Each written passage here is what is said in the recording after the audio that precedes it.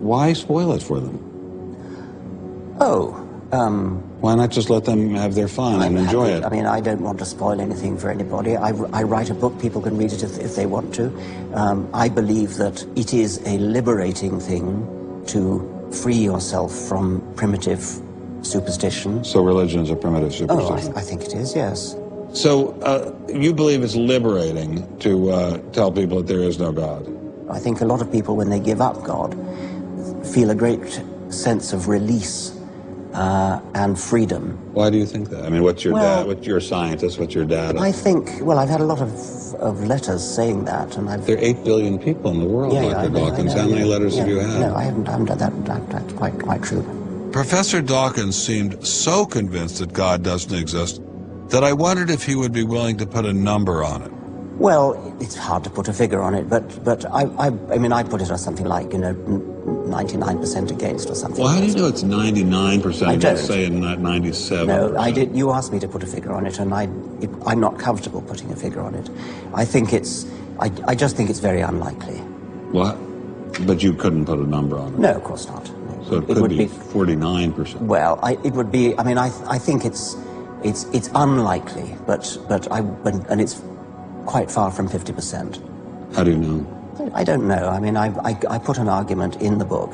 Well, then who did create the heavens and the earth? Why do you use the word who? You see, you immediately beg the question by using the word who. Well, then how did it get created? Well, by a very slow process. Well, how did it start? Nobody knows how it started.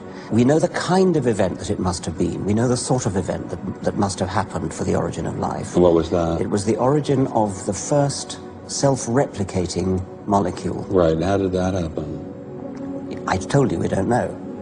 So you have no idea how it started? No. Nor has anybody. Nor has anyone else.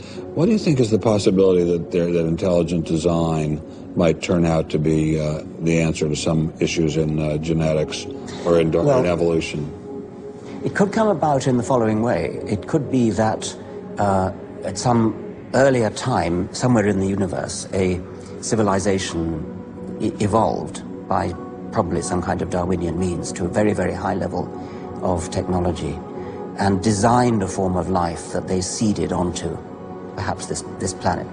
Now, that is a possibility and an intriguing possibility. And I suppose it's possible that you might find evidence for that if you look at the details of biochemistry, molecular biology. You might find a signature of some sort of designer. Wait a second. Richard Dawkins thought intelligent design might be a legitimate pursuit? And that designer could well be a higher intelligence from elsewhere in the universe. Well, but that higher intelligence would itself have had to have come about by some explicable or ultimately explicable process. It couldn't have just jumped into existence spontaneously. That's the point. So Professor Dawkins was not against intelligent design, just certain types of designers, such as God. So the Hebrew God, the God of the Old Testament, he doesn't exist in your view? Certainly. I mean, that would be a very unpleasant prospect. And the Holy Trinity of the New Testament? Nothing like that. Do you believe in any of the Hindu gods? Like Vishnu? How can you ask such a question? You don't, How could I? I mean, why would I, given that I don't believe in any others? You don't believe in the Muslim God? No.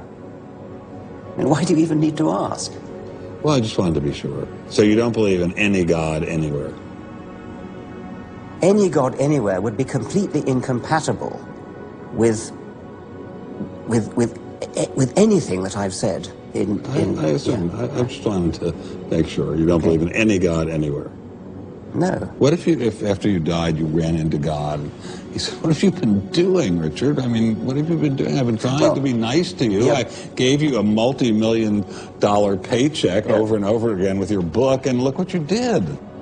Bertrand Russell had that point put to him, and he said something like, "Sir, why did you take such pains to hide yourself?"